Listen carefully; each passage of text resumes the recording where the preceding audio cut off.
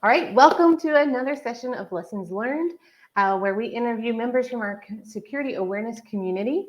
And I'm really excited this week to introduce to you Brent Forrest, my good friend and professional who works for Flare Data.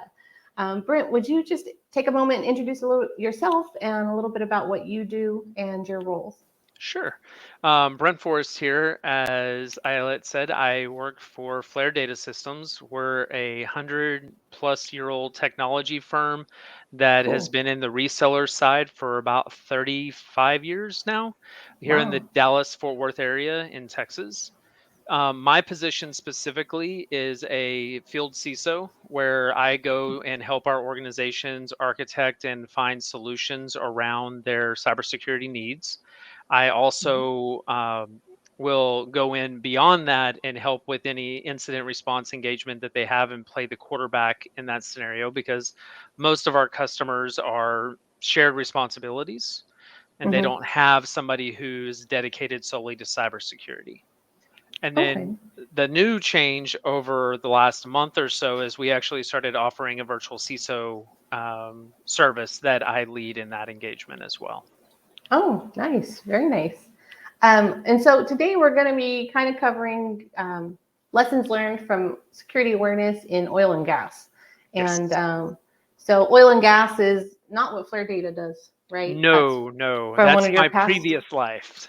Okay, okay, but from our little pre talk there, it sounds like you got a lot of fun stories. So I'm really excited to get into that. So first off, like with oil and gas, what are like just what are some of the challenges and differences generally, around doing security awareness for, like a OT environment, oil and gas versus, more of a corporate, um, sauce company or something of that nature. The biggest challenge is that they don't have the necessary, excuse me, the necessary training material Hmm. specific to the operational technology people and what they will face at the plant level or on the field. Mostly what we have to do is train them is around USBs, emails, don't click. I mean, it's the traditional, hey, here's what you don't do, but it's Right. not the traditional and why you don't do it. Hmm. So, for Can you? example, Hmm. you think of Colonial Pipeline. Most people have Right. heard about it by now. It Yeah. knocked out the eastern seaboard of gas. What happened was is that the plant operator was sitting at a plant, and they have two computers that they're working at. One that controls the plant or the pipeline, and another one is to get their business email. Okay. Well, the one that they get their business email out on all of a sudden got encrypted and locked Hmm. down. Well, they freaked out when they saw this and they started shutting down the plants because Oh they wow. don't understand that, hey, these are completely segmented, they're separate Okay. systems. I Right. mean, I'm not denying that that was the right thing or wrong thing to do. I'm just saying that that's what they're like, what's going on, shut it down before it affects this over here. Right. Whereas if it's properly segmented, the chances of that are much lower. Right. And there's like some other steps they could possibly do before they had to get to the Complete extreme. shutdown, Yeah. yes. And To the what people don't extreme. realize is that the actual shutdown of a plant, it if you just hit an off switch, it takes a while to get that plant back up and running. And then Mm. there's also contracts that state, hey, if you're down for an hour, that might not be a big SLA fee, but if you start to be down for days or Hmm. weeks or months, the fees that you have to pay back your customers is quite significant. Wow. So having the proper awareness training really, I mean, we talk about how awareness training really can save the company money, Mhm. with ransomware fees and everything, but the cost of downtime is really significantly increased in these types of scenarios. Wow. Yes. Okay. So all right. So you were talking a little bit. So tell us your journey in the oil and gas with doing the security awareness program. Um, so I Sure. understand that you started from the ground up. So. Yes. It was probably about 2015. There was no security awareness training. Hmm. The email protection was very if you've been through a Southwest Airlines terminal at some point 10 years ago, you always saw Barracuda as the picture of choice that was always along the walls. Well, we ended up with the Barracuda as well. And the protections there are not like they are today. And Hmm. so we had a BEC type of attack, pretending to be the CEO and the Oh, CFO wow. communicating, Oh, and no. attempted to get our controller and some others to start doing things that they weren't supposed to do. And there was Hmm. no verification, there was no training on, hey, they're right down the hall. Get up, walk down there, and ask. Right. So, anyways, they went through some fun ordeal there, but it did bring the awareness that security awareness was necessary.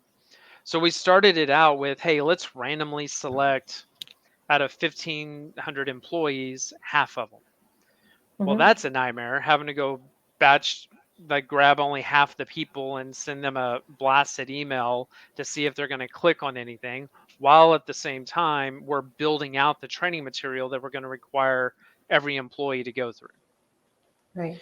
At the point that we did that, we were about a 17% susceptibility rate on those Hmm. that clicked. Now, remember, the batches were only 50% of the Half. population. Right. So if we would have done the entire population, I think it would have actually been a lot more. The other side of that is being in oil and gas, we were also not just midstream. So, for those that don't know, oil and gas comprises typically of three different areas. You have downstream or upstream, who finds the oil and gas, pulls it out of the Hmm. ground. You have midstream, who transports it, and then you have downstream, who distributes it out to other, whether it's entities or those who will take it and refine it and sell it as gasoline or Okay. however else they do with it. We were the midstream side. So we did Okay. piping, we did rail, and we did trucking. Well, Mhm. the truck drivers all had a email address, but none of them ever checked it. It's not Right. like they had an iPhone on them and they were going through. So phishing attacks definitely, or phishing simulations definitely won't It be wasn't super as effective. correct. So what I did find out was, is, and this was kind of a fun one, is we did a big acquisition. And with this acquisition, it's good to know your environment, especially the people that you're going to be phishing, Okay. because what we found out was, is after the fact, I sent out a bunch of phishing exercises, and one of them was like, hey, click here for your gift card. We don't give gift cards. Well, the company we acquired them from, every Christmas, which, by the way, this was around November when I did this, Oh um, no. would send as a pseudo bonus all the employees a certain dollar amount gift card. Oh no. So they all started clicking on the link, Oy. and they all started getting, you did something bad.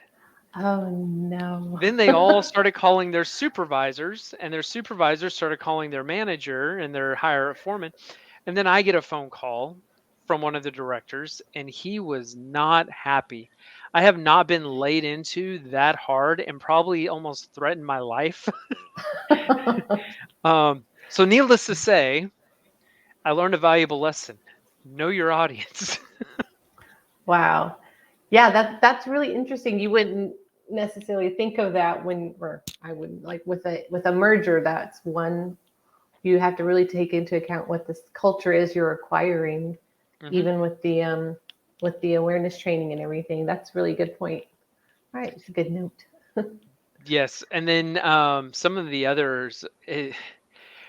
I had another director call me because he was like, "Hey, I just got this phishing thing, and why are you pretending to be my bank?" I'm not. Oh He's no. It looked similar to his bank, but it wasn't actually who his bank was. It was one of those Hmm. where they kind of copied over like a Chase logo, but it wasn't actually the Chase name. Oh right. And he was like, "Well, why are you doing this? Like, can't we find something better to do?" I'm like, "Did you almost fall for it?" He's like, "Well, yeah." And I go, "Okay, now you're not going to. So you learned." Right. That's a good learning opportunity. Yes. Wow.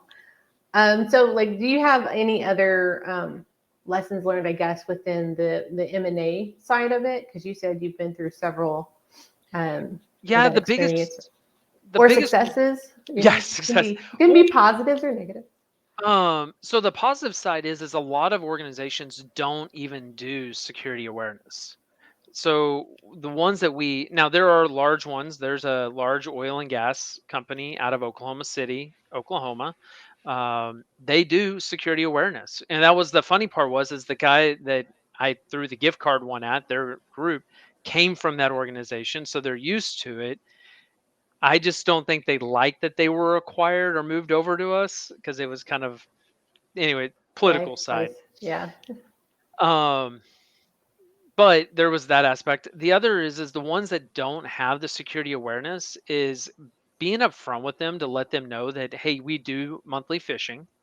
Mm-hmm. Um, you're not doing anything wrong if you click it. We're just trying to help educate you to prevent and then teach them that this is not about like what not to do at work, but how can this affect you and help you at home. Right. And that home metric or the home idea there hit home or hit really well with a lot of the field people because Mm-hmm. that's who they cared more about was their home life Right. and their families because these are I mean oil and gas we're talking a lot of people live in the country. Mm-hmm. I mean it's not like they're living in the metroplex. Some do, but not all of them. Most of the Right. field personnel live out in the sticks. Um, kind of Yeah. where we grew up. More off grid. Yeah. So I think actually that's kind of going into a question from Gabriel is what about non-office workers who don't have a computer? Do you also train them? Um, Yes. so So that's a are that great these question. field people that you're talking about, or is that separate? No, so we before I left, so coming out of the oil and gas, I had actually had a plan to put together a quarterly training material that would be put in front of everybody that they had to take. And I'll go to what we actually did have here in a minute, but what Okay, we that was were going to be one of planning my to do, follow-ups. yeah, what we were planning on doing is quarterly, and it would be like take 10 minutes of your time to go through and watch a lot of the videos very similar to what Wizer does and the Mm-hmm. brief training material. The material was a little bit longer in the video length than what Wizer has, which I prefer the smaller because the attention span. Yeah. The one that we were using prior was something we put together to check the box, and it was Mm-hmm. a 30 to 45 minute, depending on how long you actually spent going through it. Mm. And every employee, truck driver or not, was required to take it. It was just like any other safety compliance, like ethics or harassment, things like Right. that. So the corporate side required everybody, even those in the field that didn't have a laptop, to go into a like a truck driver to go into a truck terminal and Mm-hmm. use the computer and do their CRTs Oh or wow. CBTs, Okay. sorry, CBTs. Mm-hmm.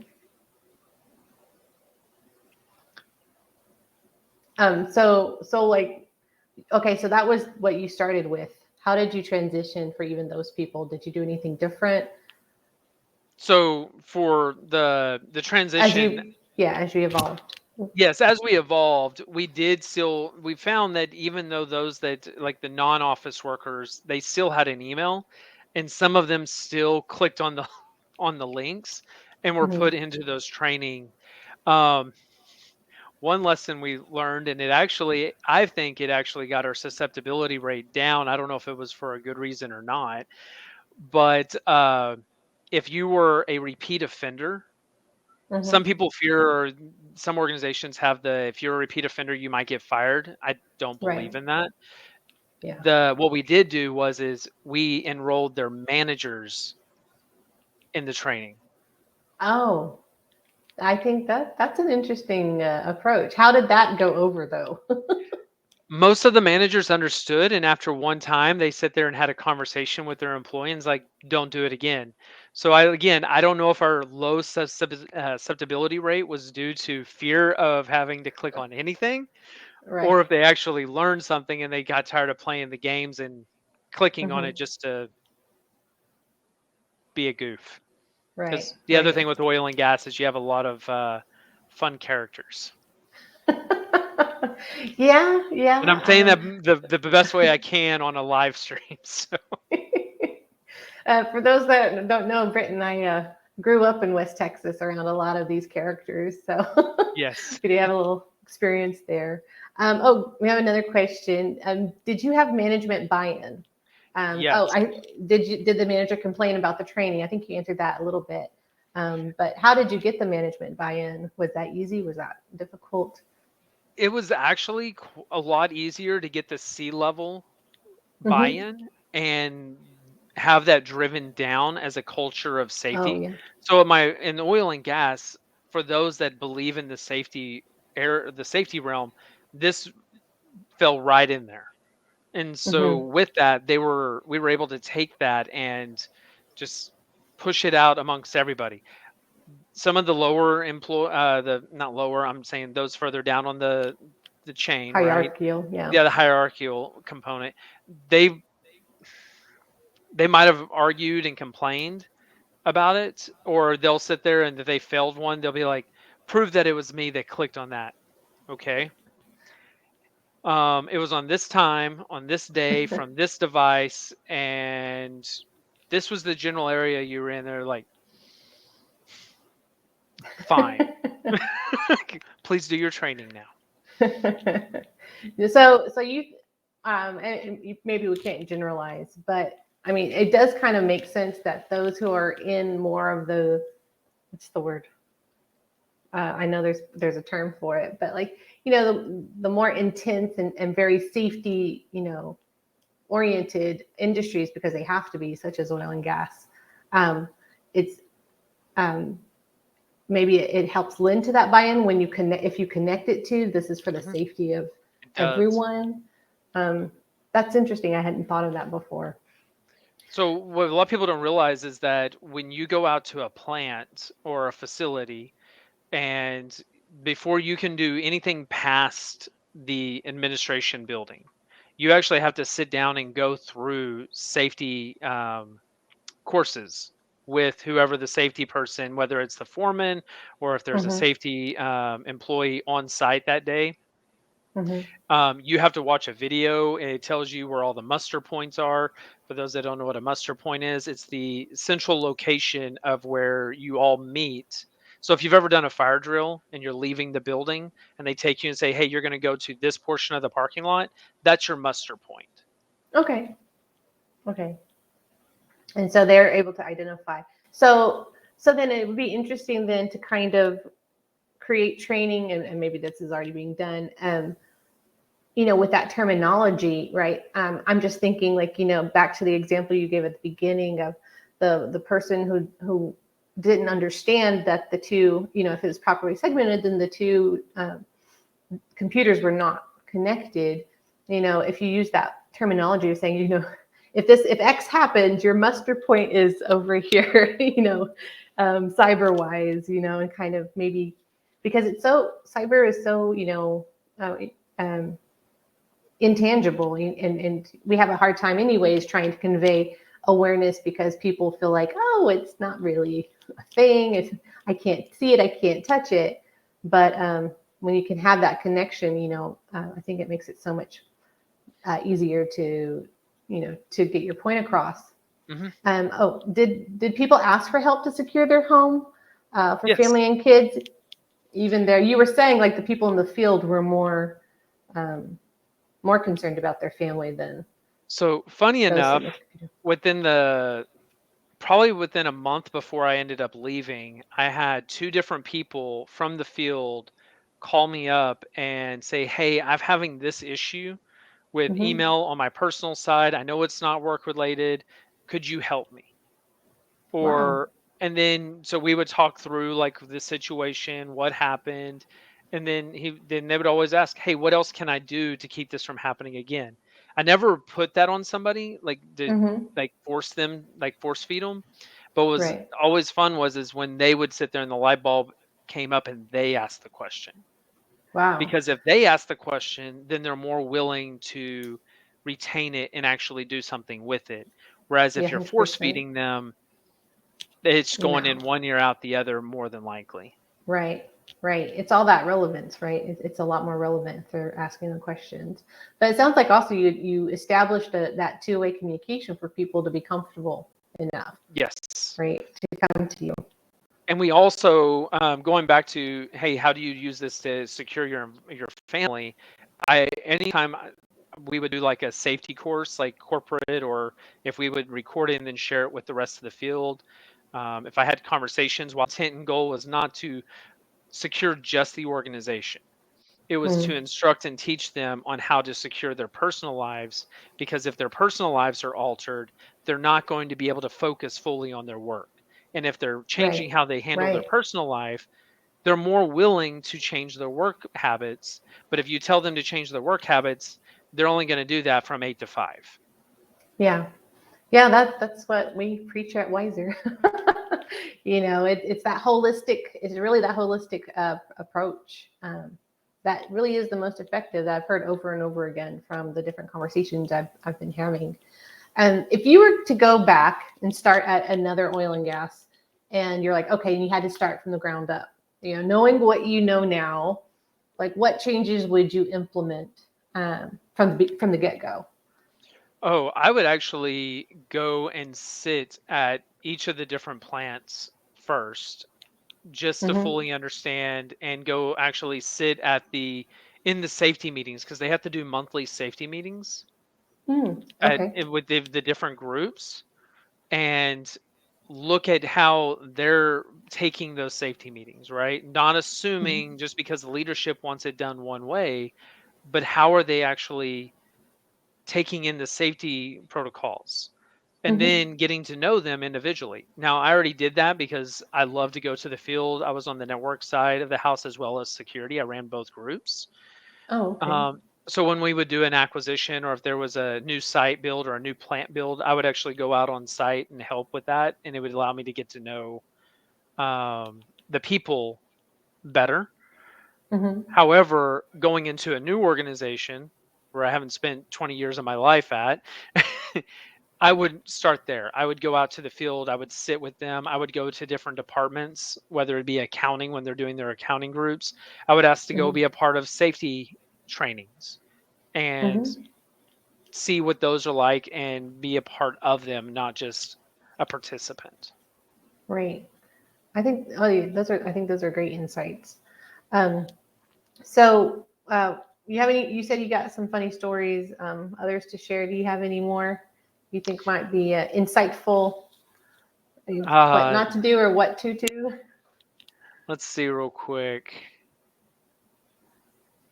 Well, not funny or insightful, but to color a little bit more context, when Mm-hmm. I was going through my bachelor's degree at Western Governors, my capstone was actually about how I built the cybersecurity program Mm-hmm. through, and then how it actually changed over like a 5-year period.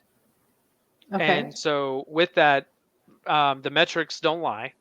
When we started, it was between 15 and 17% susceptibility rate. When I left, over the 3 years prior to me leaving, it was at or below 2%. And that went Wow. from testing people at like half of the full population once a Mm-hmm. month, to actually testing every employee once a month, and changing up the content on those to, like, instead of it being one campaign type, it would actually be Mm-hmm. 5 types of campaigns that would be randomly sent to everybody. Oh, wow. Wow, that's amazing. And so, on top of the phishing simulations, what were some of the other initiatives that you did um, to help with that? So besides the phishing campaign, it was also getting more people. So before I left, one of the things we also did was, instead of, hey, if you fail, then we will enroll you in a specific training module. What we started doing is we would auto enroll them. So we went from, hey, we're going to do it, and then you'd get enrolled like a week later or Mm-hmm. 2 weeks, depending on what was going on, to you fell for the fish, you were immediately enrolled in training and you had to go take that test within, I think it was within 30 days. But most Hmm. people would just click it right then and go ahead and just go take it. And then it would constantly remind them once a week up until the last week that it was there. And then it was like daily. And there was only a few Okay. people who ever got the daily ones Right. because it got a little, every morning you'd come in and be like, go take your test, go watch. Like, fine. Yeah. Yeah. I would also recommend, depending on your team size. So for us, it was me running the security team, and I had two analysts on my team as well. If you don't have the team size that can fully dedicate, because it can take, if you did that monthly, you can look at spending a total of 8 to 12, maybe 15 hours to just doing your reporting, building out the campaigns Hmm. and pulling out that data and do the reporting. And there's a question as, how do you report success to management? Yeah. And so with those reports, we would sit there and have to build out metrics. And so Hmm. to we would send it up to the board of directors once a quarter. It wasn't good enough for me. So I wanted the entire population to see it. Hmm. So we had an internal SharePoint site that all of our employees could see. And once a month, I would post all of our security metrics. Oh, And for those that were reporting, I would randomly select them to be in a gift for a $25 gift card. okay.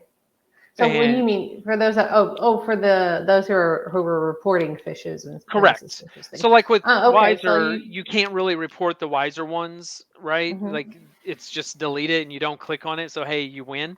Uh, I think with they've got a button in beta, I think, at this time. I think they do as well. Yeah. But with the ones that we were using, what I was getting to earlier about the time management was is we actually Hmm. moved to a managed services component Okay. where they would build out the campaigns, they would build out the auto security awareness training, they would provide the reports to me, and then I would take the raw numbers and build it up to the report that I would end up giving to the board of directors. And that would even Okay. include, I mean, sorry, to the board of directors quarterly, but then monthly to the entire organization. But I would also point out, like from our email um, platform, who was Hmm. our top attacked individuals? Like who were the ones that were Oh, constantly interesting. being Hmm. attacked? And you would be surprised at how many people got offended by that. Like they really got offended that their name was on that list. I'm like, you did nothing wrong. You're just being Yeah. targeted this month. And Right. but showing that, my goal was for them to, and if they called me up and said anything, I would actually explain to them, hey, my intent is for you to be aware of it so you can be Hmm. more diligent, so that you're not just going to click on a link since you are actually being targeted. Right. Did it, after you kind of got everyone accustomed to it, did they seem to take it better, or was Yes. it always kind of like feeling like they were, you It just had took to a kind of, couple of months, but yeah. after doing it a few times and different names showing up on there, they finally started realizing, okay, they got the idea behind it. Right. Right. It Um, wasn't you calling them out. It was the awareness that you were trying to bring. Correct. And so what Right. we also did is we ended up changing the type of campaigns every month as well. So one would be, hey, did you just click on a link?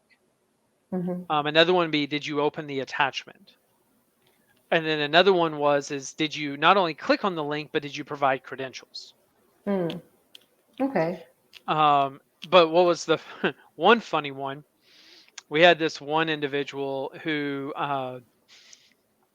not only did they download the attachment for PTO, of time approval, but they filled it out and sent it back. They were ready to go. You got them at the They right were time.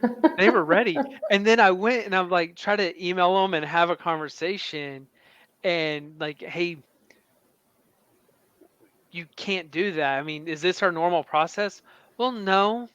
Did you know the individual who sent that to you? No. Then why did you do it? I don't know.